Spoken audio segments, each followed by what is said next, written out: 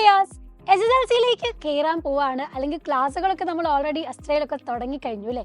അപ്പോൾ എപ്പോഴാണെങ്കിലും നമ്മൾ SSLC കയറാൻ പോകുമ്പോൾ ആദ്യമായിട്ട് ബോർഡ് എക്സാം എഴുതാൻ പോകുന്നതിൻ്റെ ടെൻഷനും അതുപോലെ കൺഫ്യൂഷൻസ് ഒക്കെ ഉണ്ടാകും. അപ്പം പലരും പറഞ്ഞ്, നിങ്ങളുടെ സീനിയേഴ്സൊക്കെ പറഞ്ഞ് നിങ്ങൾക്ക് ചെറിയൊരു ധാരണയുണ്ടെങ്കിലും നമ്മൾ അതിനു വേണ്ടി പ്രോപ്പറായിട്ട് തയ്യാറെടുക്കണം, വേണ്ടേ?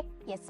അപ്പം SSLC പഠിക്കാൻ പോകുമ്പോൾ നമ്മൾ ഓരോ കുട്ടികൾ മാത്രമല്ല, അവരുടെ കൂടെ അധ്യാപകരും നമ്മുടെ ഫാമിലിയും നമ്മുടെ പാരൻസും എല്ലാവരും ഒരേപോലെ ഒരുങ്ങി തയ്യാറെടുക്കുന്നത് തന്നെയാണ്. കാരണം കുട്ടികൾ പഠിക്കുമ്പോൾ അവർക്ക് വേണ്ട സപ്പോർട്ട് കൊടുക്കാനാണ് നമ്മുടെ പാരൻസും ടീച്ചേഴ്സും ഈവൻ ദോ നമ്മുടെ വീട്ടിലുള്ള സിബ്ലിങ്സും ഒക്കെ ഉണ്ടാകുന്നത്. അപ്പോൾ ആ രീതിയിൽ നോക്കുമ്പം നമ്മൾ ഈ ഒരു സിലബസ് തന്നെ ആദ്യം അറിഞ്ഞിരിക്കണം. കുട്ടികൾ നമ്മളെല്ലാവരും എന്താണ് പഠിക്കാൻ പോകുന്നത്, ഓരോ സബ്ജക്റ്റിലും എന്താണ് അതിൽ അറിയാൻ പോകുന്നത്, അതെങ്ങനെ പഠിക്കണം എന്നുള്ളത്.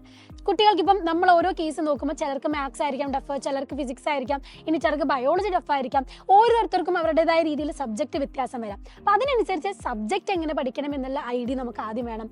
അത് കഴിഞ്ഞാൽ ഇതിനെങ്ങനെയാണ് തയ്യാറെടുക്കേണ്ടത്, ഏത് രീതിയിലാണ് നമ്മൾ ഇരുന്ന് പഠിക്കേണ്ടത്, ഏത് സമയമാണ് ഇത് കൂടുതൽ പഠിക്കാൻ നല്ലത്, ഇങ്ങനെയൊക്കെ കുറേ ഡൗട്ടുകൾ ഉണ്ടാവും.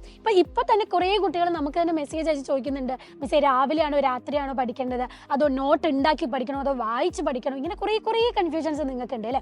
അപ്പൊ അതൊക്കെ ക്ലിയർ ചെയ്താൽ വരാൻ വേണ്ടി നിങ്ങൾ എന്താണോ ആഗ്രഹിക്കുന്നത്, അല്ലെങ്കിൽ നിങ്ങളുടെ മനസ്സിൽ എന്താണോ ഡൗട്ട് ഉള്ളത്, അത് പറഞ്ഞു തരാൻ വേണ്ടിയിട്ടാണ് ഏപ്രിൽ 30 വൈകുന്നേരം 7 മണിക്ക് സൈലം നിങ്ങൾക്ക് വേണ്ടി ഒരുക്കുന്ന ഫ്രീ വെബിനാർ. അപ്പോൾ SSLC കുട്ടികൾക്ക് വേണ്ടിയിട്ട്, അല്ലെങ്കിൽ SSLCക്ക് വേണ്ടി ഒരുങ്ങുന്ന കുട്ടികൾക്കും അവരുടെ പാരൻസിനും ഒക്കെ ഒരേപോലെ തന്നെ ഈ ഒരു വെബിനാറിൽ പങ്കെടുക്കാം.